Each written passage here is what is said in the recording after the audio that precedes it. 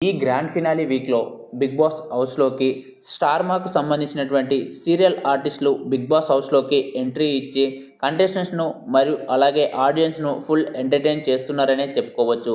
మరి big boss హౌస్లో ఉన్నటువంటి టాప్ 5 కంటెస్టెంట్స్ల జర్నీ వీడియో ఎప్పుడు ప్లే చేస్తారో అని ఆడియన్స్ చాలా ఆసక్తిగా ఎదురు చూస్తున్నారు.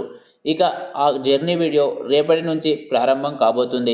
మరి మొట్టమొదటి జర్నీ వీడియో బిగ్ బాస్ ఎవరికి చూపించబోతున్నారు అంటే అది అవినాష్‌కనే చెప్పుకోవచ్చు.